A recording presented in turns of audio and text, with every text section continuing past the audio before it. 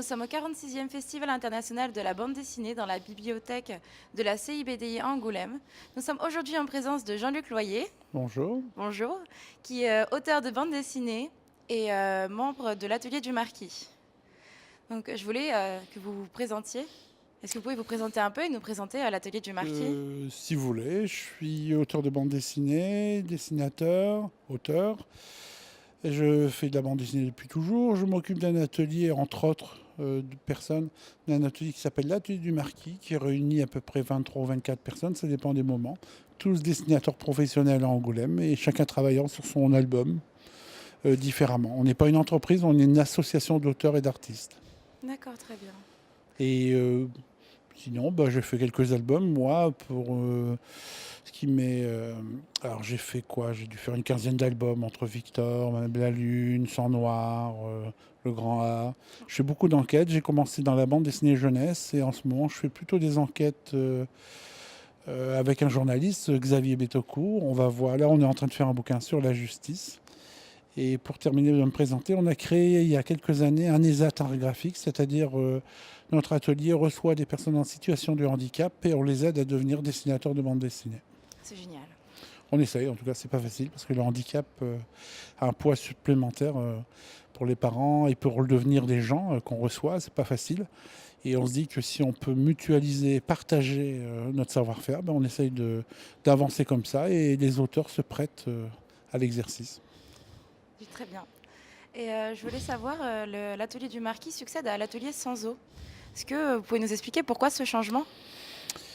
Depuis toujours, on est quelques auteurs, dessinateurs, je pense à Mazan, Isabelle Dautan, j'en oublie, enfin il y en a plein, à être venus faire nos classes, notre école aux Beaux-Arts d'Angoulême, juste ici à côté. Et on est venu étudier, et puis la vie a fait qu'on est resté. On est devenus tous charentais, si je pourrais dire ça. Et très vite, en sortant de l'école, on s'est dit que ce serait peut-être bien, plutôt que de travailler chacun dans son coin, de se réunir, d'être ensemble et pourquoi pas de créer un endroit où on pourrait se rencontrer. Donc très vite, on a essayé de louer des appartes, des studios pour devenir une sorte d'entité, un atelier où tout le monde pourrait venir. C'est une sorte d'auberge espagnole qui est quand même très très intéressante parce qu'il y a plein d'artistes qui y sont passés. Et au début, on l'avait appelé le Sanzo parce que c'était une ancienne boucherie l'endroit où on était. Et puis, le temps a passé, ça ressemblait à un squat, c'était difficile. Comme auteur de BD, c'est un métier de gens fauchés, il faut savoir ça, on n'est pas très riche en général. Et, il a fallu trouver un autre endroit et on a déménagé dans un endroit, dans un espace qui s'appelait la résidence du marquis. C'est comme ça, parce qu'autrefois il y avait un marquis qui habitait rue de Cognac à Angoulême. Et on a cherché un nouveau nom. On s'est dit, on va recommencer avec de nouvelles bases. On va appeler ça l'atelier du marquis. C'est Mazan qui a trouvé le nom. Et puis, on s'est installé là. Et puis, on a suivi donc notre manière de penser. On a continué à faire notre métier d'auteur de bande dessinée dans l'atelier du marquis. Alors justement, comment est-ce qu'un auteur de bande dessinée peut rentrer dans l'atelier du Marquis? Est-ce qu'il y a ce besoin d'être d'abord affilié à une maison d'édition ou est-ce que les contacts se font à l'intérieur de cette association? Non, c'est à la fois simple et très compliqué. Il faut savoir qu'on est souvent on oscille entre 20 et 30 personnes qui travaillent ensemble dans le même endroit. On ne cherche pas des gens qui ont déjà une notoriété, on ne cherche pas forcément des professionnels ou des gens qui ont beaucoup d'albums. On cherche des gens enthousiastes qui ont envie de faire de la bande dessinée, d'apprendre de la bande dessinée ou qui font déjà de la bande dessinée. Il faut savoir que quand on est comme moi, on a 50 ans, qu'on a fait pas mal de bandes dessinées, de dessins animés, ce qu'on aime, c'est voir venir des gens avec plein d'idées, plein d'envies. Alors ça peut être des auteurs confirmés, mais ça peut être des gens qui débutent. Il y a plein de gens qui sont venus dans notre atelier en n'ayant jamais fait d'album et qui aujourd'hui ont plein de succès et qui font plein de bouquins. Et l'idée, c'est vraiment ça, être ensemble, partager, créer, inventer. Et aussi, il y a une forme de convivialité. C'est sûr, c'est très très important à mon avis, et en tout cas ça l'est pour nous, c'est de se sentir ensemble entre amis, entre copains, et pouvoir échanger des idées, trouver des scénarios. C'est quelque chose d'incontournable quand on veut faire de la bande dessinée. Du coup, vous exposez avec 23 autrices et auteurs de l'atelier du Marquis à la CIBDI. Vous avez revisité un jeu de tarot, des cartes de tarot. Est-ce que vous pouvez nous dire où vous avez épuisé votre inspiration?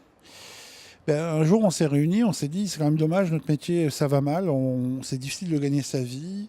c'est difficile de savoir ce qu'on va devenir.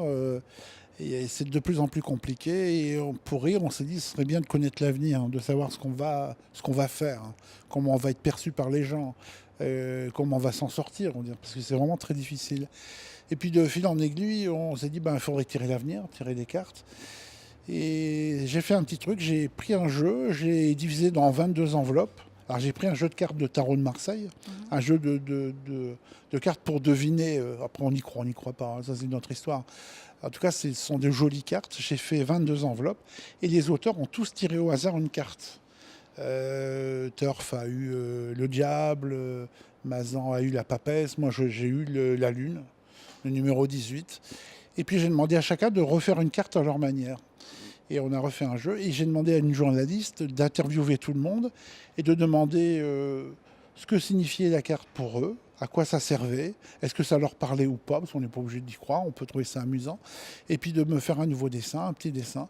Et ce jeu-là, on l'a pris, et on a pris tous les dessins, on l'a imprimé, on a fait un petit carnet avec les interviews, et on a fait le tarot du marquis, qui est vraiment, qui a cette démarche-là de parler des cartes, de réunir des artistes. Mais aussi, moi, il y a une petite valeur que j'ajoute à ça, c'est que tous ces jeux-là, ce jeu tous ensemble marque un moment avec plein d'amis dans un atelier.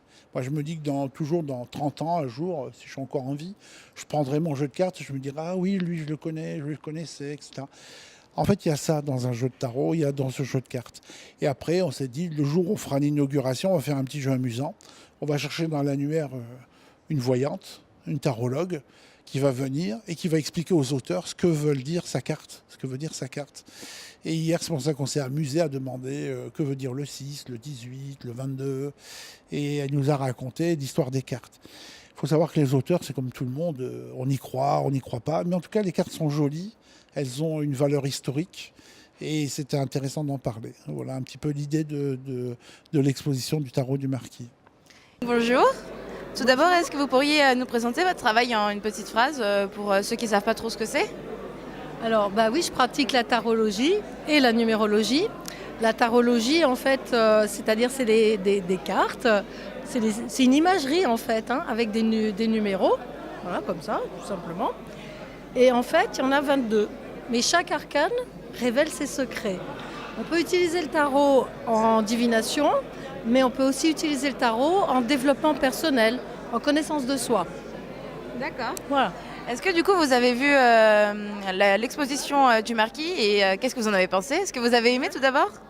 Ah oui, j'ai adoré. J'ai adoré parce que moi, mon monde, je connais celui-là.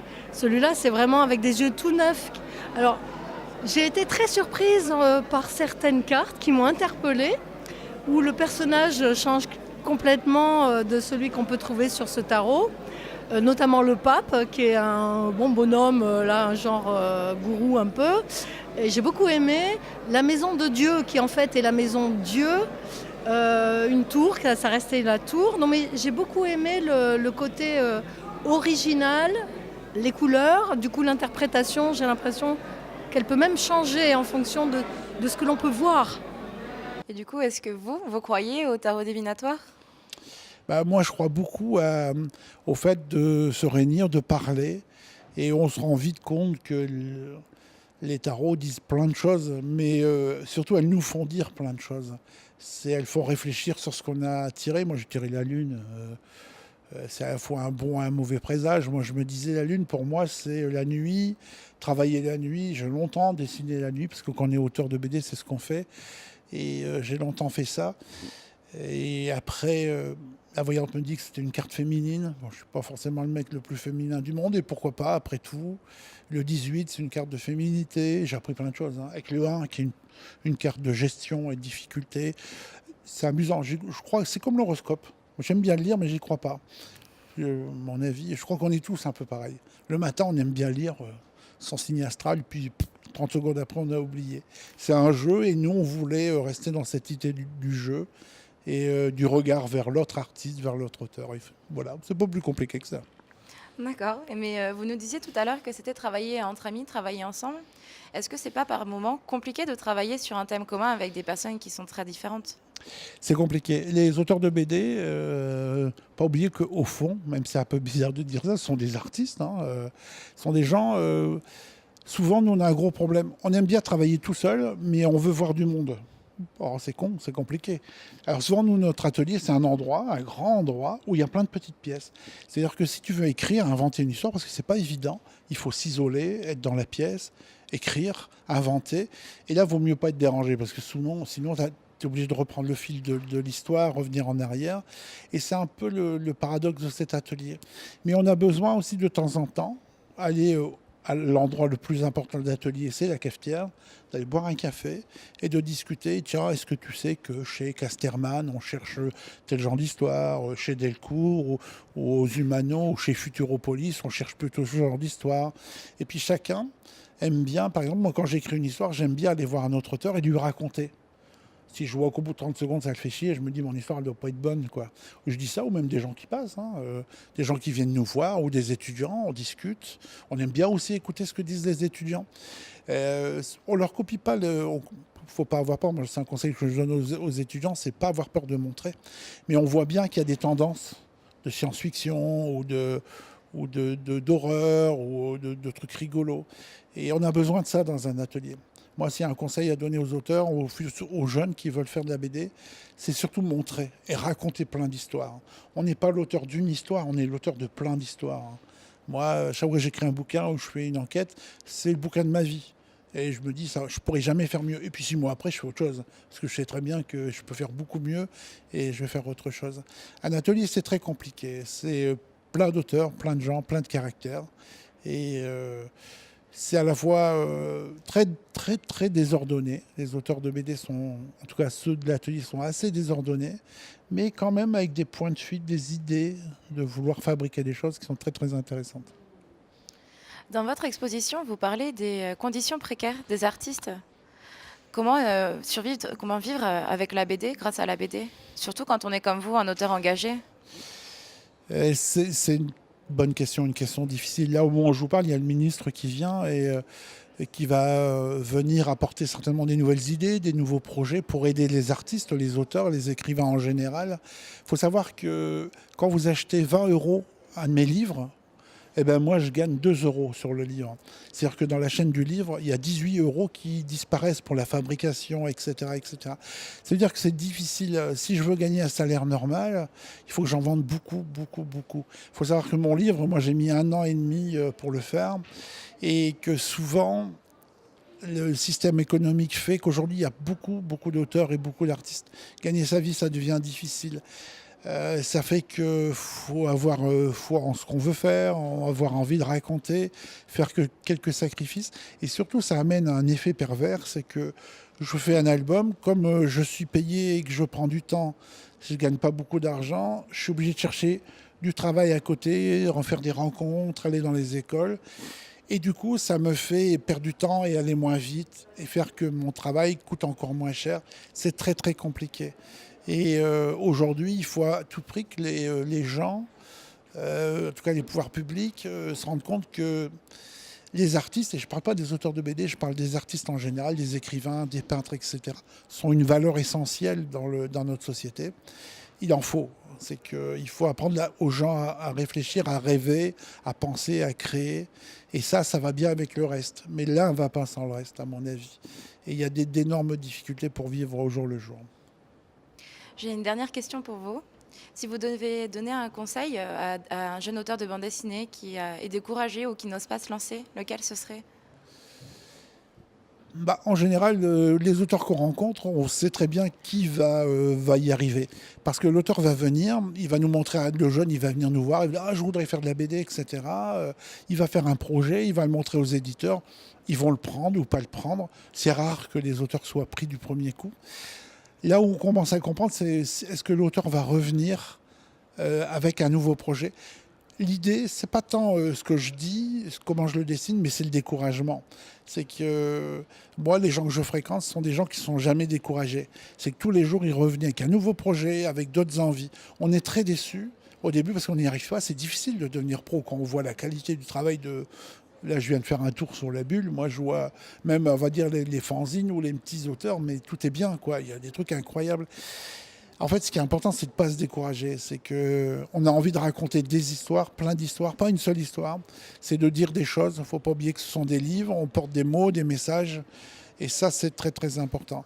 Et c'est ça qu'il faut... c'est bête, au fond. Si je devais résumer en une seule phrase pour un jeune auteur, c'est de ne pas oublier de dire des choses. Ça peut être des choses de science-fiction, des choses d'amour, des choses d'horreur, mais pas oublier de dire des choses. C'est le principal pour devenir auteur de bande dessinée.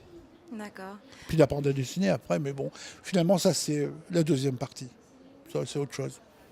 Merci beaucoup d'avoir répondu à nos questions. Bah, je vous en prie, et puis bonne continuation et bon salon.